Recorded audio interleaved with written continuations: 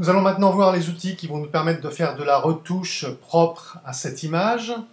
En premier lieu, nous allons voir l'outil qui va nous permettre de lisser la peau du mannequin. Je vais zoomer sur l'image. Donc vous voyez apparaître le grain de peau avec cet outil qui est situé ici, outil goutte d'eau, en mode normal, intensité 100. On va prendre un outil un peu gros, on va lisser, vous voyez, lisser la peau de telle sorte que tous les pores de peau vont disparaître, ainsi que les rides.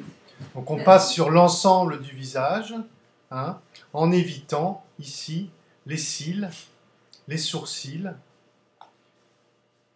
et les ailes du nez. Un autre outil qui va nous permettre de renforcer les détails dans l'image, à contrario de l'outil goutte d'eau auquel il est associé, c'est l'outil netteté. L'outil netteté, on va le régler avec une intensité un peu plus faible, on va le régler par exemple à la valeur 50%, et on va le passer très doucement, d'une manière parcimonieuse, sur les yeux, les lèvres et les cheveux. Et il renforce les détails. Ensuite, nous avons à notre disposition un autre outil qui va nous permettre d'éclairer des zones de l'image, c'est l'outil densité moins. Donc cet outil, si on le passe délicatement là aussi, avec un outil assez gros, ton moyen, exposition 20%, on va pouvoir blanchir légèrement le blanc des yeux.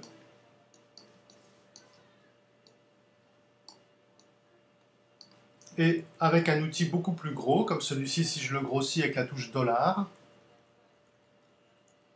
je peux mettre un petit éclairage sur l'ensemble du visage.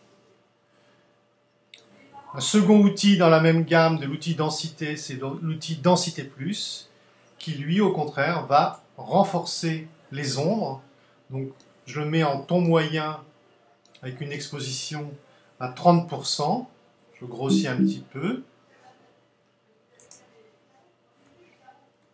Et là, je viens renforcer les paupières.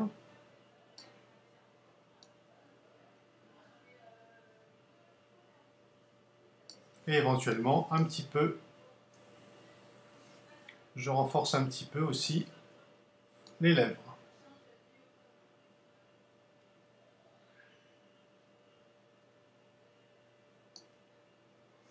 En dernier lieu, j'ai un outil ici qui me permet de rajouter de la saturation, c'est l'outil éponge qu'on peut utiliser en mode saturation ou désaturation.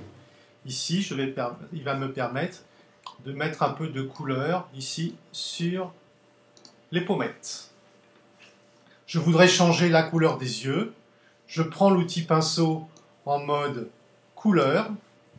Ici, par exemple, pour faire des yeux bleus, je choisis la couleur bleue ici dans mon nuancier.